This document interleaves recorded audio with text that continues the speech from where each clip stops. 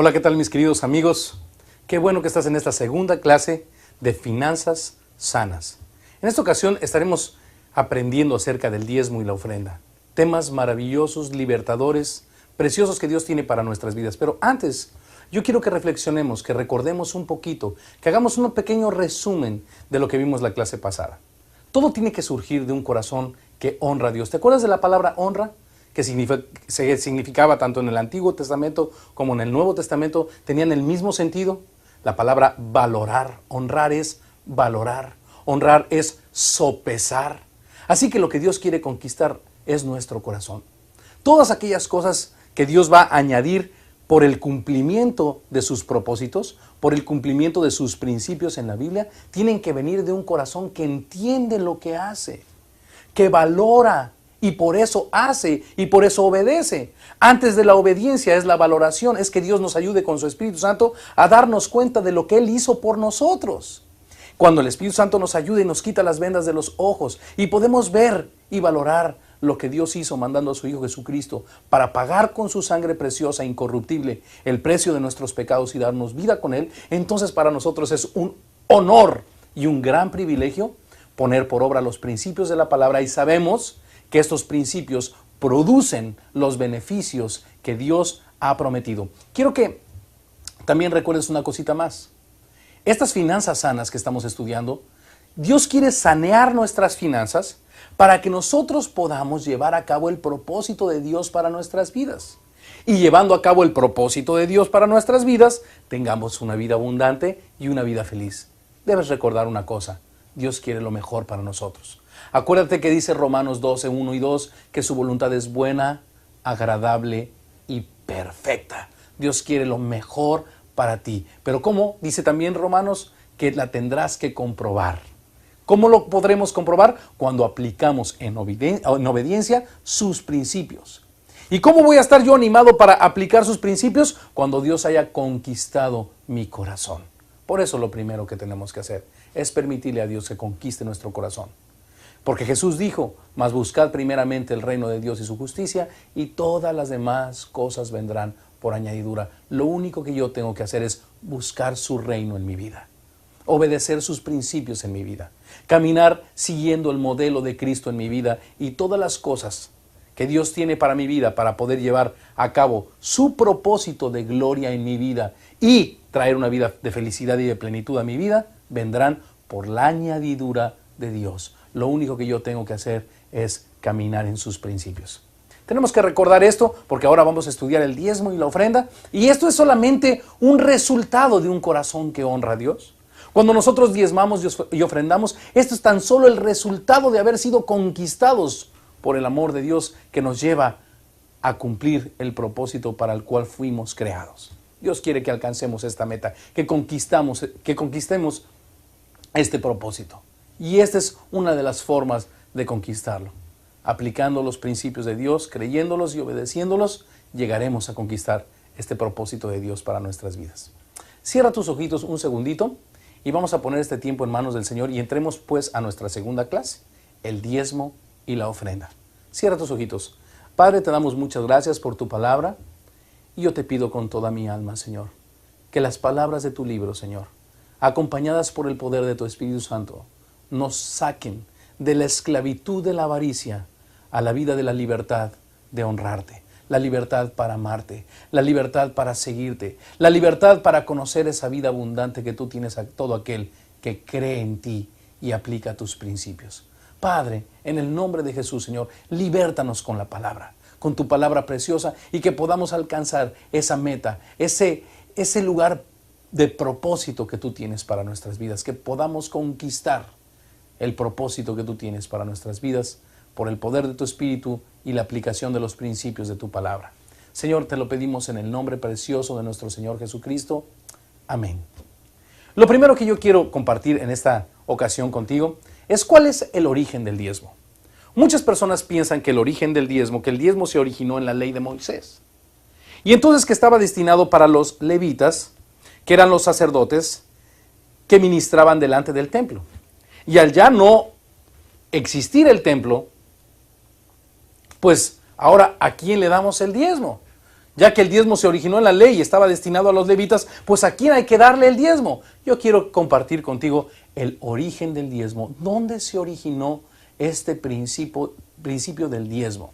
El diezmo, Dios mandaba dar el 10% de todas las primicias, de todos los frutos a sus hijos. Dios manda que todos sus hijos separemos este 10%, porque como vimos la clase pasada, la aplicación de este principio va a traer un beneficio a mi vida, va a guardar mi corazón de la corrupción, de la avaricia y de la esclavitud de la avaricia, y me va a permitir darle el justo valor a aquel que añade todos los días la provisión para llevar a cabo su propósito a mi vida. ¿Ok? Así que, ¿dónde se originó el diezmo? Esto fue mucho antes de la ley, mi querido amigo. Y vamos a leerlo y vamos a estudiarlo en Génesis capítulo 14, versículos 18 al 20. Acompáñame. Entonces Melquisedec, rey de Salem y sacerdote del Dios Altísimo, sacó pan y vino y le bendijo diciendo: Bendito sea Abraham del Dios Altísimo, creador de los cielos y de la tierra, y bendito sea el Dios Altísimo, que entregó tus enemigos en tu mano, y le dio a Abraham los diezmos de todo. En estos pasajes podemos encontrar el verdadero origen del diezmo. El diezmo es un tributo establecido por Dios para dar honra a aquel que está con nosotros. Podemos ver en Abraham que Dios estuvo con Abraham entregando a sus enemigos en su mano. Y al salirle el sacerdote Melquisedec, le ofreció todos los diezmos como una honra, como una valoración. Acuérdate que la palabra honra significa dar valor o dar peso, como una valoración de lo que Dios había hecho a Abraham entregando a los enemigos en su mano. Quiero que me acompañes rápidamente a Hebreos capítulo 7 y veamos algo interesante acerca de lo que sucedió en estos pasajes de Génesis 14. Porque este Melquisedec, rey de Salem, sacerdote del Dios Altísimo, que salió a recibir a Abraham que volvía de la derrota de los reyes y le bendijo, a quien asimismo dio a Abraham los diezmos de todo, cuyo nombre significa primeramente rey de justicia y también rey de Salem, esto es, rey de paz. Fíjate, este sacerdocio de Melquisedec es el sacerdocio de Jesucristo, que es el rey de justicia y el rey de paz. Escucha lo que sigue aquí, dice: sin padre, sin madre, sin genealogía. Acuérdate que Leví tenía una genealogía, ¿verdad?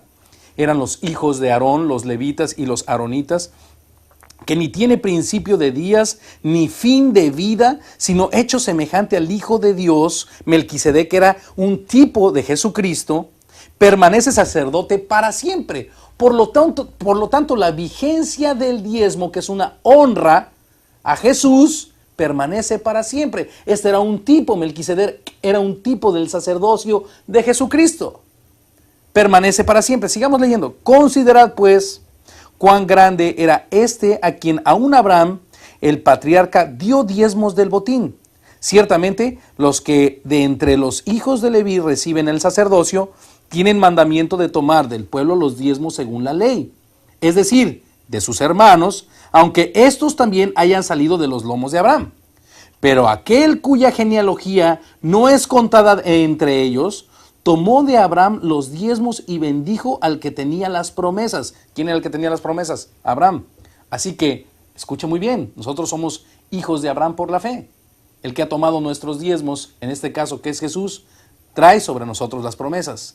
Y vamos a estudiar un poquito más adelante estas promesas que vienen en Proverbios capítulo 3, versículo 9 en adelante. Y por decirlo así, en Abraham pagó el diezmo también Leví. Aún Leví, que eran los sacerdotes que tomaban los diezmos en el templo, como venían de la simiente de Abraham, pagaron los diezmos. O sea, estamos viendo que el sacerdocio de Melquisedec está por encima del sacerdocio de Leví, ¿de acuerdo? Pagaron los diezmos que recibe, y por decirlo así, en Abraham pagó el diezmo también Leví, que recibe los diezmos, porque aún estaba en los lomos de su padre cuando Melquisedec le salió al encuentro. Resumamos pues, el diezmo es una honra que Dios puso delante de su pueblo desde antes del sacerdocio levítico, antes de la ley. Y vemos que este sacerdocio, del cual es tipo Melquisedec, el sacerdocio de Jesús, permanece para siempre. El origen, pues, del diezmo es antes de la ley y permanece para siempre, porque es una honra de nuestro corazón a aquel que ha pagado con su sangre el precio de nuestra adopción. Aquel que nos ha dado la victoria, como Abraham, que cuando recibió la victoria de Jehová, pagó los diezmos de todo el botín. De la misma manera, nosotros debemos entender que este diezmo es una honra maravillosa, que nosotros pagamos a Dios, porque ha estado con nosotros, porque nos ha bendecido, no solamente porque su sangre nos ha limpiado, sino porque, como dice el libro de Santiago, toda buena dádiva y todo don perfecto desciende de Él. Y entonces ahora entiendo lo que la palabra honra significa: valorar todo esto que Él me ha dado y, como un sentido de honra, diezmarle a mi Padre para siempre hasta que Él venga, los diezmos de todo. Es lo que dice la palabra de Dios. Ok, entonces, ¿dónde tiene su origen el diezmo? El diezmo no tiene su origen en Leví, en el sacerdocio levítico, en la ley de Moisés. El diezmo tiene su origen aún antes, en Melquisedec, que es un tipo del sacerdocio de Cristo que permanece para siempre. Vayamos a la segunda parte. ¿Sobre qué debo yo aplicar esta enseñanza del diezmo? ¿Sobre qué parte de mis finanzas debo yo aplicar los diezmos? Acompáñame a Proverbios 3:9. Honra a Jehová con tus bienes y con las primicias de todos tus frutos. Al igual que en los pasajes anteriores, donde vimos que Abraham ofreció los diezmos de todo, que es con lo que termina aquel precioso pasaje de Génesis 14, aquí vemos la misma idea en la palabra de Dios, aún por medio del sabio Salomón en los Proverbios. Dice: honra a Jehová con tus bienes, no solamente con tus palabras, no solamente con tu tiempo, porque es también parte de nuestra honra. También es parte de nuestra honra, nuestro tiempo, nuestro servicio, nuestra alabanza y adoración, nuestra proclamación del Evangelio, nuestra confesión de lo que Dios hizo por nosotros en la cruz del Calvario, darlo a conocer. Eso es parte de mi honra. Pero aquí también Dios es específico en Proverbios 9 y nos dice: también con tus bienes. Dice: y con las primicias de todos tus frutos. Aquí la palabra clave es todos tus frutos, y las primicias me habla de lo primero, lo mejor. ¿Te acuerdas lo que estudiamos la clase pasada en Malaquías? De la gente que le daba, a aquellos sacerdotes que le daban las sobras al Señor, y que Dios maldecía a aquella persona que, sin entender el propósito de la honra en el corazón, le da nada más para cumplir o para sacarle un favor a Dios. Y entonces Dios dice en Malaquías: ¿recibiré yo esto de vuestra mano? Todo lo contrario, porque no sale de un corazón alegre y entendido de la valoración de lo que Dios hizo por nosotros. Aquí estamos hablando de las primicias, lo mejor, lo primero. Así que, ¿sobre qué debe aplicarse el diezmo en mis finanzas, en mi vida, en todo?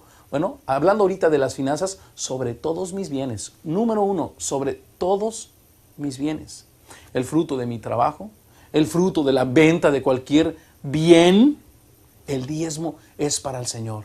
Es una manifestación de mi honra, mi hermano. Okay. Dice la palabra de Dios. Entonces, sobre todo, sobre lo primero, sobre lo mejor, sobre las primicias, me habla de lo mejor de mis frutos. Las primicias. Me acuerdo de aquel pasaje precioso donde Dios también nos dice que nosotros somos las primicias de sus criaturas. Nosotros fuimos lo mejor para Él, dice, que Él es el Padre de las luces, en el cual no hay mudanza ni sombra de variación, que Él de su voluntad nos hizo renacer para que fuésemos las primicias de sus criaturas. De la misma manera, nosotros que somos lo mejor para Él, debemos entender esto y dar lo mejor de nosotros, mi hermano. Ahorita estamos enfocados a las finanzas, pero también estamos hablando de lo mejor de tu tiempo. Por eso la palabra de Dios dice: acuérdate del Señor en los días de tu juventud. No vengan aquellos días que digas: no tengo de ellos contentamiento, ¿verdad? En los días de mi juventud, en los días de mi fuerza, aplícalos para lo mejor. Ahorita estamos centrados en las finanzas, pero podríamos tomar esta idea también. En cada una de las áreas de mi vida, las primicias, mis mejores años. Nosotros cantamos una canción por ahí que habla: te daré mis manos, te daré mi voz, te daré mis años, mi pan, mi canción. Señor, las primicias, esto es honra, tú mereces lo mejor de todos mis bienes. ¿Sobre qué pues debe aplicarse el diezmo? Sobre todos mis bienes. Ahora pasemos a la tercera parte. Ya entendimos cuál es el origen del diezmo, ahora estamos entendiendo sobre qué debe aplicarse el diezmo. Ahora vayamos a la tercera parte. ¿Para qué es el diezmo? Aquí vamos a ver varios pasajes. Empecemos con uno maravilloso en Malaquías 3:10. Traed todos los diezmos al alfolí y haya alimento en mi casa. Y probadme ahora en esto, dice Jehová de los ejércitos, si no os abriré las ventanas de los cielos y derramaré sobre vosotros bendición hasta que sobreabunde. Qué interesante. Otra vez vimos el mismo concepto en Malaquías 3. Dice así, traed todos los diezmos. ¿Sobre qué? Sobre todo. Pero ahora estamos entendiendo el para qué. Y la segunda frase me da la idea claramente. Fíjate bien. ¿Para qué se aplica el diezmo? Para que haya alimento en mi casa. ¿De qué está hablando? De los obreros que trabajan en su casa, en la casa del Señor. El diezmo es para sustento de los obreros que trabajan de tiempo completo para establecer la obra de Dios. ¿Para qué es, pues, el diezmo? Para el sostenimiento de obreros. Esto es algo súper importante que nosotros entendamos. Este es el para qué. Vamos a otro versículo más para ampliar un poquito este concepto. Primera de Corintios 9, del 7 al 11. ¿Quién fue jamás soldado a sus propias expensas? ¿Quién planta viña y no come de su fruto? ¿O quién apacienta el rebaño y no toma de la leche del rebaño? Digo esto solo como hombre, ¿no dice esto también la ley? Porque en la ley de Moisés está escrito, no pondrás bozal al buey que trilla. ¿Tiene Dios cuidado de los bueyes? ¿O lo dice enteramente por nosotros? Pues por nosotros escribió, porque con esperanza debe arar el que ara, y el que trilla con esperanza de recibir del fruto. Si nosotros sembramos entre vosotros lo espiritual, ¿es gran cosa si segáramos de vosotros lo material? Me encanta este versículo, qué claridad, ¿no? Qué entendimiento, qué lógico, qué lógico. Con esperanza debe arar el que ara. El diezmo se aplica, pues, en el sostenimiento de obreros. Porque aquí dice la palabra de Dios, ¿quién fue jamás soldado a sus propias expensas? Cuando Dios llama a un ministro de tiempo completo, le provee. Y ahora, ¿de dónde nos dice que le provee? Del mismo rebaño. El que siembra lo espiritual tiene derecho de segar lo material para su sostenimiento. Este es el haya alimento en mi casa de Malaquías 3:10. Haya alimento para mis obreros en mi casa. Traed el diezmo de todo y haya alimento en mi casa. Déjame ampliar un poquito más el concepto del para qué. Filipenses 4:17. No es que busque dádivas, sino que busco fruto que abunde en vuestra cuenta. Empezamos a entender algo más. Aquí está hablando Pablo. Está hablando de la misma situación. A los filipenses les está diciendo que les agradece que hayan tomado cuidado ya de él y hayan renovado esa situación de dar y recibir, que hayan suplido las necesidades de Pablo económicas o materiales que él tenía. Ahora, pero Pablo habla de una manera tan linda en este versículo 17 que dice, no es que busco dádivas, no estoy exhortándoles para buscar dádivas, sino que busco fruto.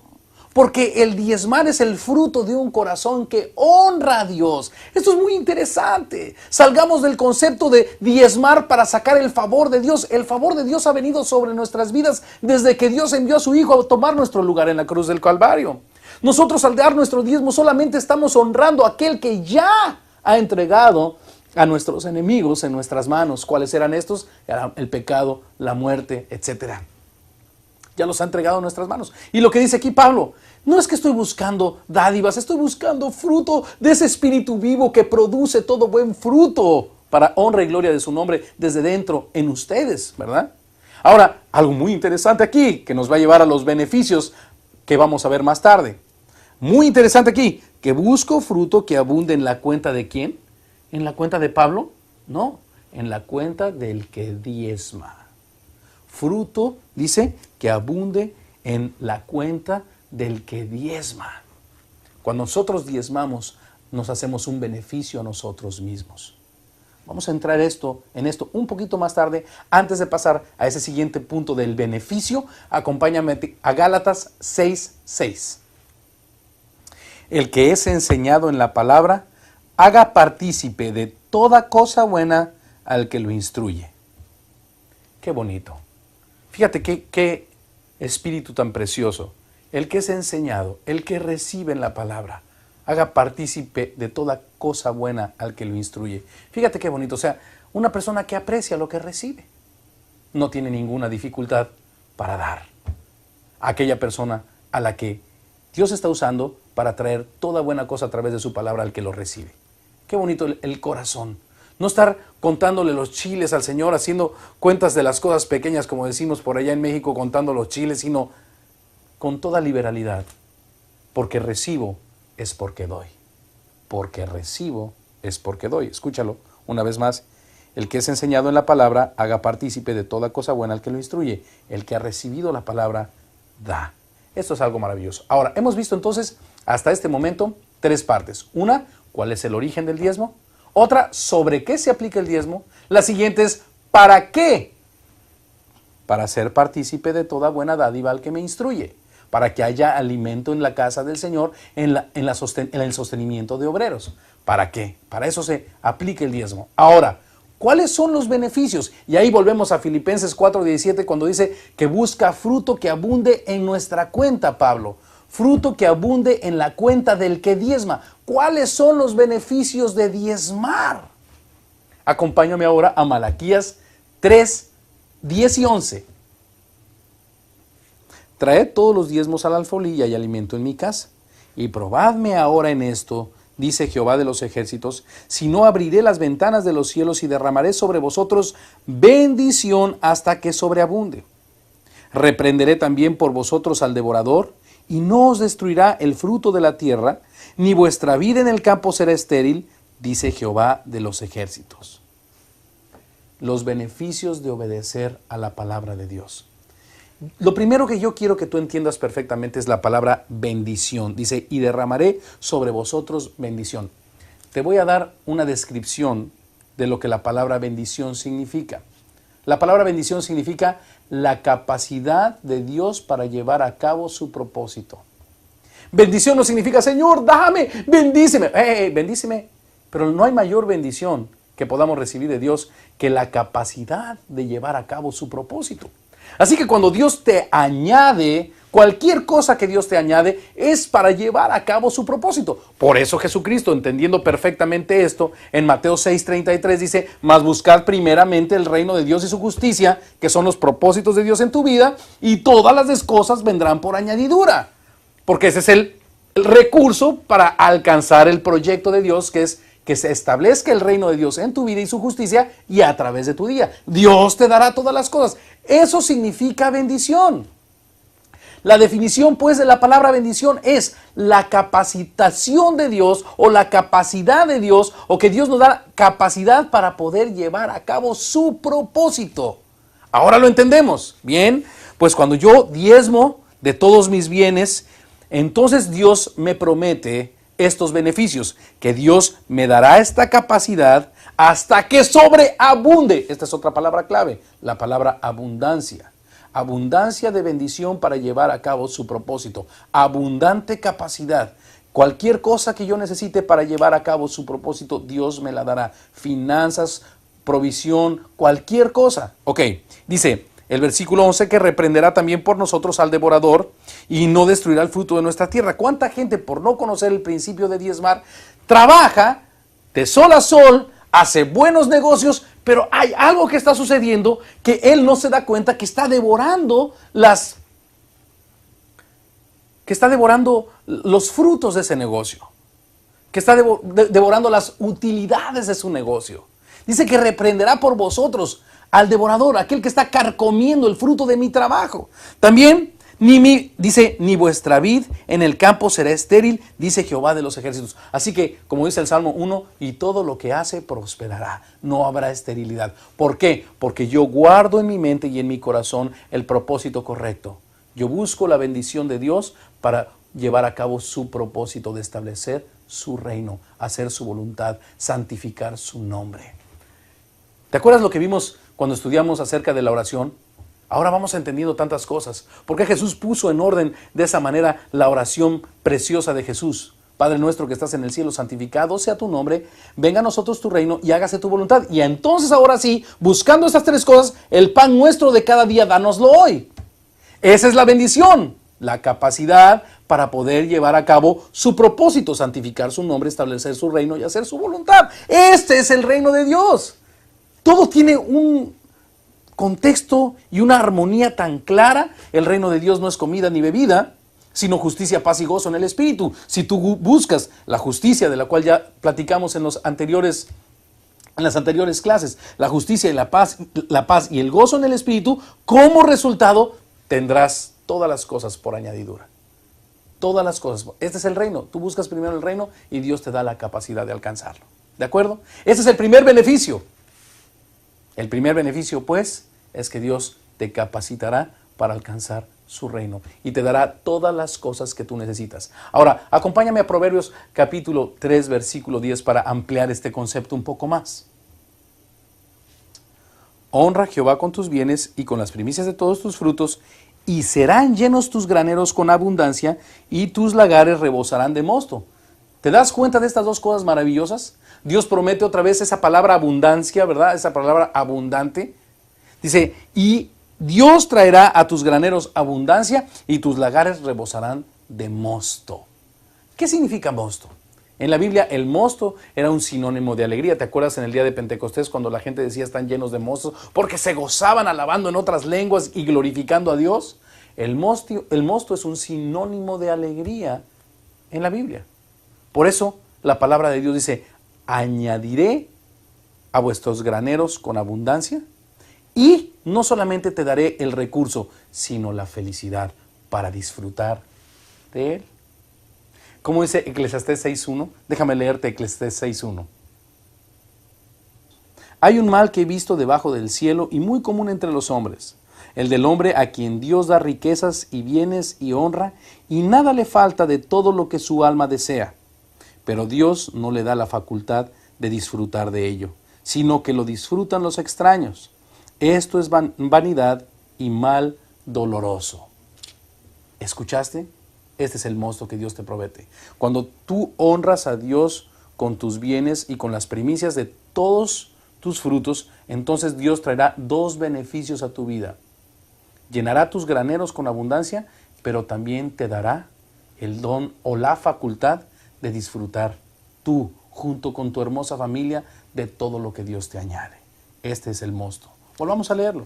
Proverbios 3, 9 y 10 dice, honra a Jehová con tus bienes y con las primicias de todos tus frutos, y serán llenos tus graneros con abundancia, y tus lagares rebosarán de mosto. Rebosarás de abundancia. No como el hombre de Eclesiastés 6, 1 y 2, que Dios le da el grano, pero como este hombre no honra a Dios, Dios no le da la facultad de disfrutar, sino que lo disfrutan los extraños. Dice, esto es mal doloroso. ¿Ok? Hemos visto hasta este momento 4 cosas maravillosas acerca del diezmo. 1, su origen.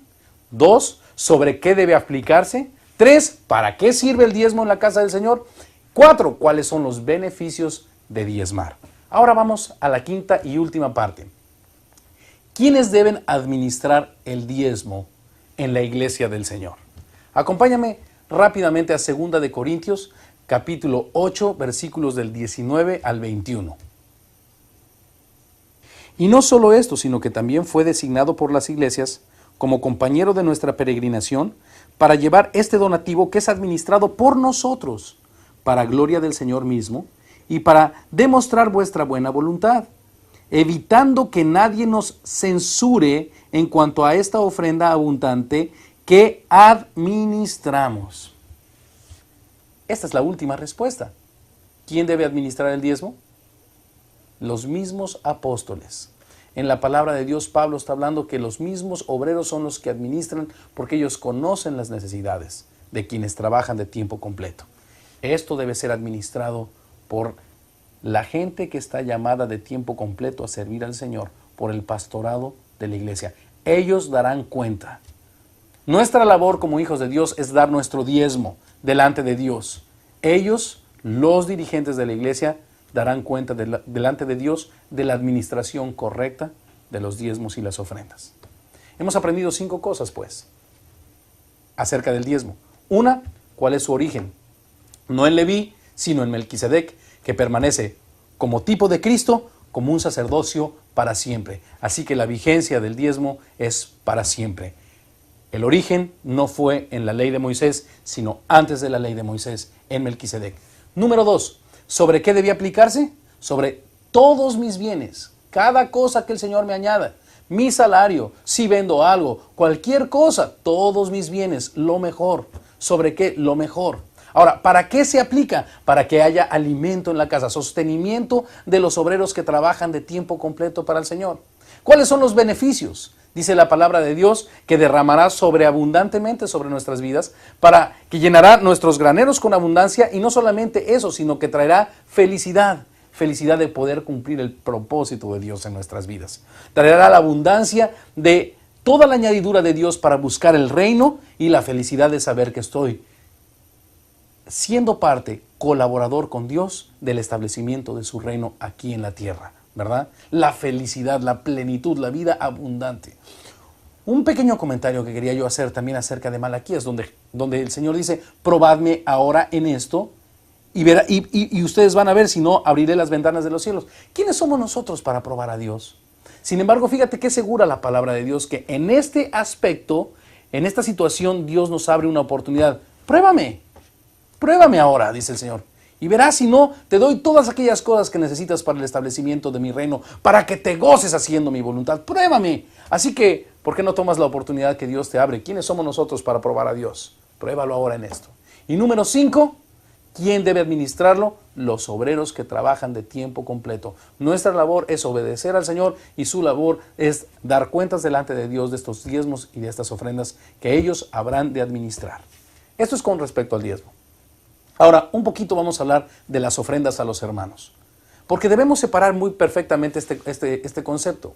Algunas personas se me acercan y me dicen, oye, si veo a mi hermano en necesidad, ¿puedo yo darle el diezmo a mi hermano? Permíteme, acabamos de decir para qué es el diezmo. El diezmo es para que haya alimento en mi casa, para el sostenimiento de obreros, para el sostenimiento de la obra de Dios. Este es el diezmo, en esto debe aplicarse. Ahora, ¿qué acerca entonces de mi hermano que tiene necesidad? Acompáñame a Juan 3, 17, perdón, primera de Juan 3, 17 y 18. Pero el que tiene bienes de este mundo y ve a su hermano tener necesidad y cierra contra él su corazón, ¿cómo mora el amor de Dios en él? Hijitos míos, no amemos de palabra ni de lengua, sino de hecho y en verdad. Este es otro tipo de ofrenda. Abrir nuestro corazón. Si una vez que yo he diezmado, Dios me ha añadido y tengo todavía, dice la palabra de Dios también en Efesios capítulo 4, que el que hurtaba no hurte más, sino trabaje con sus manos haciendo lo que es bueno, a fin de tener que compartir con aquel que padece necesidad. O sea, es algo maravilloso, man. Fuimos engendrados de un Dios generoso, y como tal debemos de manifestar en nuestro ADN espiritual esa generosidad de aquel que nos engendró, ¿verdad? Es como aquella persona que no quiere perdonar. Pues ¿cómo puede ser que no tengas el deseo de perdonar si Dios te perdonó de tantas cosas? Aquel que ha sido engendrado en el perdón tiene ese deseo de ser libre y perdonar. De la misma manera, si he sido engendrado por un Dios generoso que envió a su Hijo para pagar el precio de nuestras culpas, Dios quiere que también nosotros desarrollemos esa virtud del que nos engendró, siendo generosos con nuestros hermanos. Pero esta es una ofrenda a los hermanos.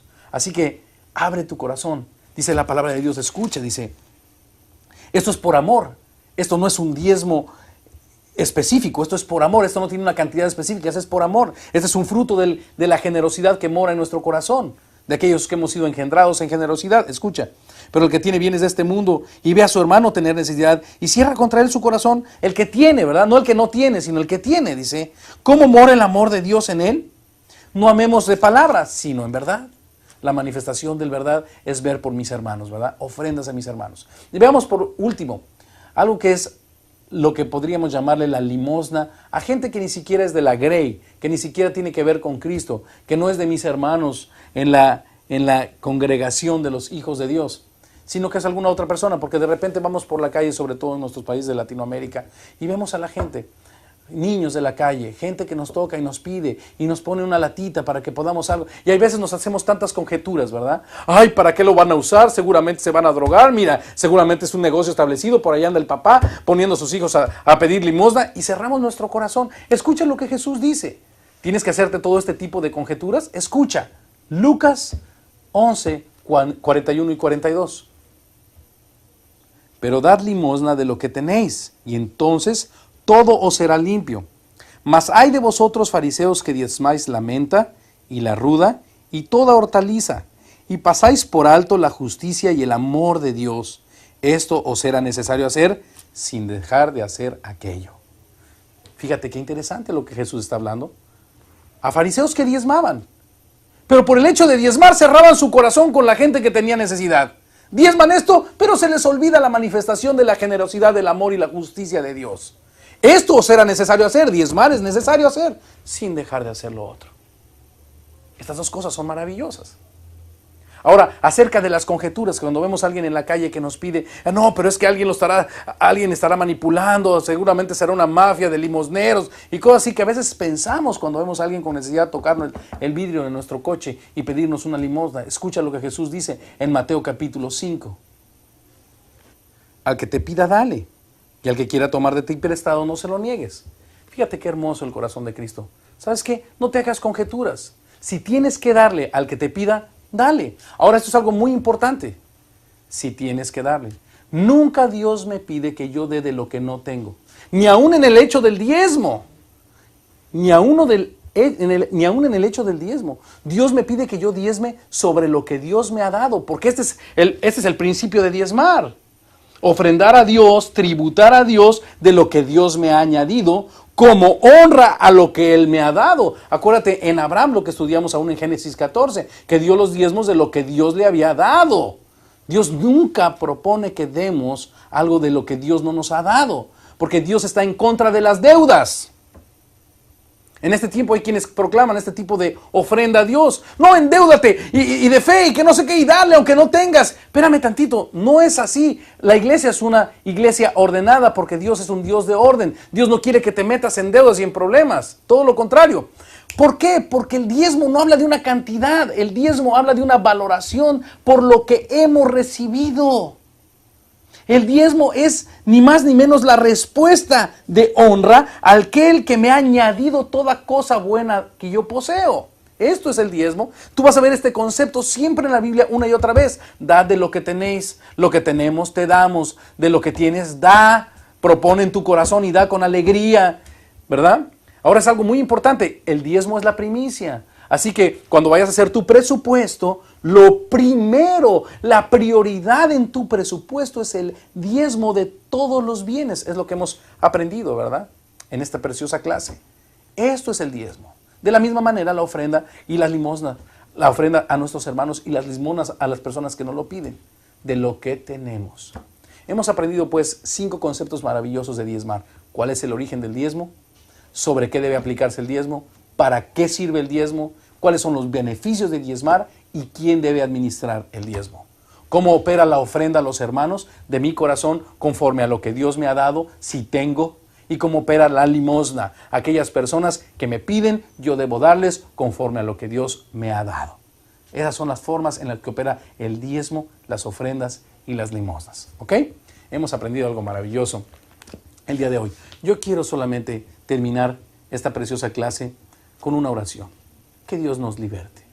Que Dios nos liberte del engaño de la avaricia, a la libertad de la generosidad, por medio de la cual hemos sido engendrados. Hablaba yo hace un segundito de que esa es una de las manifestaciones de que soy verdaderamente hijo de Dios.